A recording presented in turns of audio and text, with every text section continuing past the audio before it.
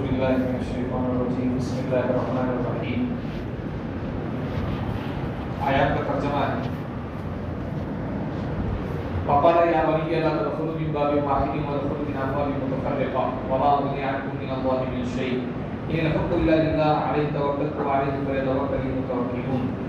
اور یعقوب علیہ السلام نے کہا کہ یہ میرے بیٹو ایک دروازے سے داخل مت ہو، الگ الگ دروازے سے داخل ہو جاؤ، اور میں اللہ کے مقابلے میں کوئی چیز تم سے بے نیاز نہیں کر سکتا، حکم تو اللہ ہی کا ہے، میں نے اسی پر بھروسہ کیا اور بھروسہ کرنے والوں کو اسی پر بھروسہ کرنا چاہیے۔ ولما دخلوا من حيث امرهم ابوهم ما كان يغني عنهم من الله من شيء الا حاجة في نفس يعقوب قضاها وانه لذو علم لما علمناه ولكن اكثر الناس لا يعلمون۔ اور جب داخل ہوئے اس طریقے سے جس کا حکم دیا تھا ان کے والد نے، نہیں بے نیاز کر سکی ان سے اللہ کے مقابلے میں کوئی چیز مگر ایک حاجت ضرورت جو یعقوب علیہ السلام کے جی میں تھی، جس کا انہوں نے فیصلہ کیا، اور بے شک وہ علم والے ہیں اس وجہ سے کہ ہم نے ان کو علم دیا، اور لیکن اکثر لوگ نہیں جانتے۔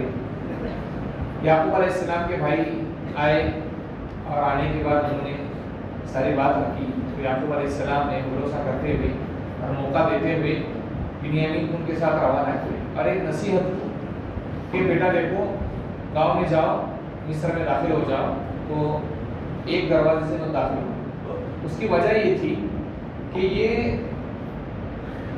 11 کے 11 جو ہے نبیوں کی اولاد تھی، سب کے سب صحت مند، باڈی ان کی اچھی تھی، وجاہت جس کو کہتے ہیں، آدمی دیکھنے کے بعد ہی ایک اس کی ہیبت داری ہوتی ہے، اور خوبصورت تھی، نبیوں کی اولاد۔ تو یعقوب علیہ السلام نے اس لیے کہ ان کو نظر بد نہ لگے، بری نظر نہ لگے، اس لیے کہا کہ الگ الگ دروازے سے داخل ہو جائیں، 11 بھائی 11 دروازے سے داخل ہو جائیں۔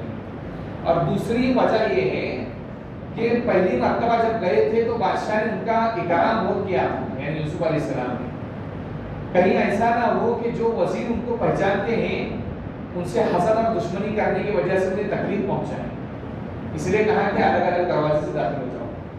یہ تو یعقوب علیہ السلام نے بات کہی، اور پھر آگے کہا کہ میں نے تو حکم دیا ہے، تدبیر میں نے کیا ہے، لیکن بالآخر معاملہ انجام کا نتیجہ جو ہونا ہے، ہر چیز کا نتیجہ ہونا ہے وہ اللہ کے حوالے، اسی کو توکل کہا جاتا ہے۔ میں نے اللہ ہی پر بھروسہ کیا، اور بھروسہ کرنے والوں کو اسی پر بھروسہ کرنا چاہیے۔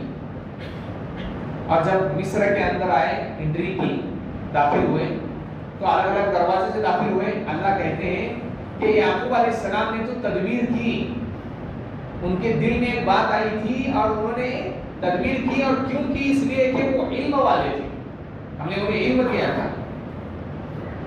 تھا، تدبیر کی انہوں نے، لیکن ان کی تدبیر کوئی کام میں نہیں آئی، کیونکہ آگے یہ ہونے والا ہے کہ بنیامین جو ہے وہ بادشاہ کے پاس پکڑے گئے، اللہ کا وعدہ لیا لائیں گے، انسان کی ساری تدبیریں ٹوٹ جاتی ہیں۔ حضرت علی رضی اللہ تعالیٰ عنہ کو کسی نے پوچھا کہ اللہ کو آپ نے کیسے پایا؟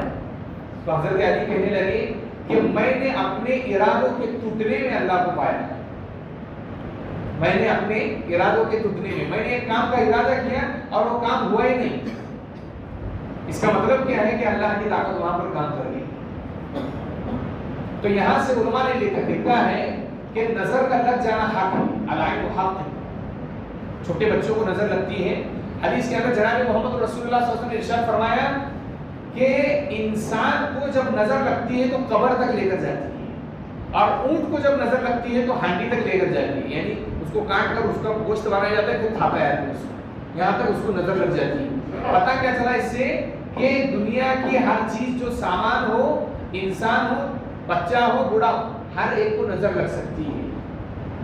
ایک صحابی گزرے حضرت سہل بن حنیف رضی اللہ تعالیٰ، خوبصورت تھے بہت زیادہ، تو ایک مرتبہ نہانے کے لیے لنگی پہنی اور اوپر سے جسم ننگا تھا، ناف کے اوپر سے پورا، تو حضرت عامر بن ربیعہ رضی اللہ تعالیٰ نے دیکھا، کہا کتنا خوبصورت بدن، کیا کہا؟ ایسا بدن تو میں نے ابھی تک نہیں دیکھا۔ جیسے ہی کہا بخار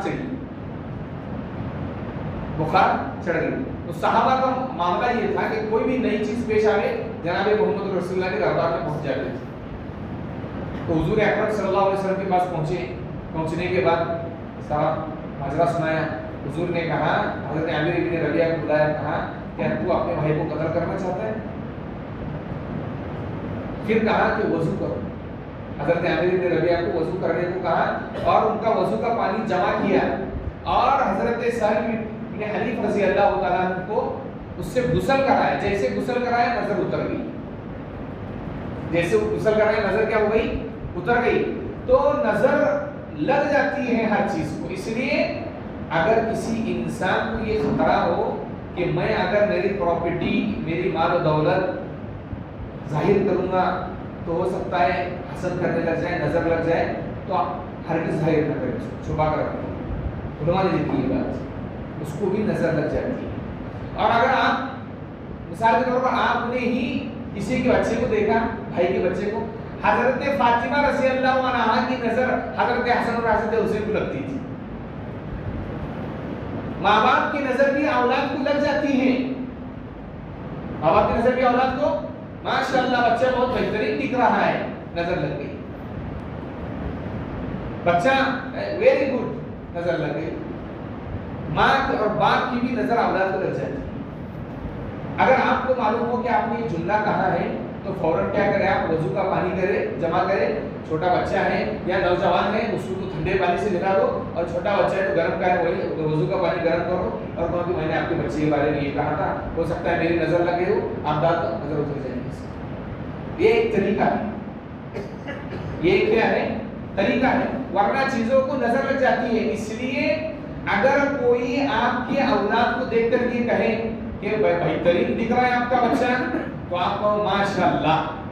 کیا کہو؟ ماشاءاللہ. اس لیے حضور اکرم صلی اللہ علیہ وسلم نے کہا کوئی بھی چیز آپ کو اچھی لگے تو بارک اللہ کہو کہ اللہ اس میں برکت دے. ماشاءاللہ, جو اللہ چاہے, جو اللہ چاہے. اس لیے آپ کے اولاد کے سامنے کوئی بھی آپ کے اولاد کی اچھائی بیان کرے یا آپ کی مال پراپرٹی کی اچھائی بیان کرے تو آپ فوراً کیا کہو؟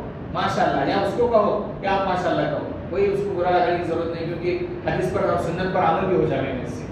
تو جناب محمد رسول اللہ صلی اللہ علیہ وسلم نے نظر سے بچنے کے لیے چند دعائیں بھی ارشاد فرمائی.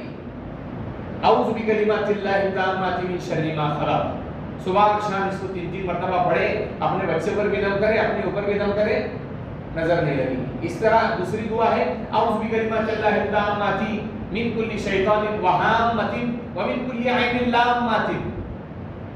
خود یہاں پر ومن کل عین لامۃ, ہر ایسی آنکھ سے جو نظر لگانے والی, نظر بد لگانے والی. بعض مرتبہ بچہ بیمار پڑتا ہے, دواخانہ دواخانہ دواخانہ دواخانہ, تھک جاتا ہے آدمی اور معلوم ہی نہیں ہوتا کہ یہ نظر لگنے سے. پیر ذوالفقار نقشبندی کے مرشد عالم رحمۃ اللہ علیہ نے کہا کہ ایک عمل ایسا ہے, سورہ شروع آخر میں درود شریف پڑھو, سورہ فاتحہ, آیت الکرسی اور چاروں کل. شروع آخر میں درود شریف, سورہ فاتحہ, آیت الکرسی اور چاروں کل. اس کو پڑھ کر آپ دم کرو تو موت کے سوا کوئی بیماری آپ کو نہیں لگ سکتی, یعنی نظر نہیں لگ سکتی اور مصیبت نہیں پہنچ سکتی. اب یہ نظر بد کا لگ جانا حق تھا, اس لیے حضرت یعقوب علیہ السلام تسلیم نے اپنے اولاد کو کہا کہ الگ الگ دروازے سے داخل ہو جاؤ. تو اس کے اندر ہمیں ایک فائدہ یہ معلوم ہوتا ہے, ہمارے اولاد چاہے کیسی کیوں نہ ہو, اس کے اندر کوئی نہ کوئی خوبی کسی اور کو نظر آ رہی ہے, نظر لگ گئی تو وہ خوبی کیا ہو جاتی ہے, اس کی ختم ہو جاتی ہے, فنا ہو جاتی ہے. اس لیے اپنے اولاد پر اور خود اپنے اوپر جناب محمد رسول اللہ صلی اللہ علیہ وسلم کا بذات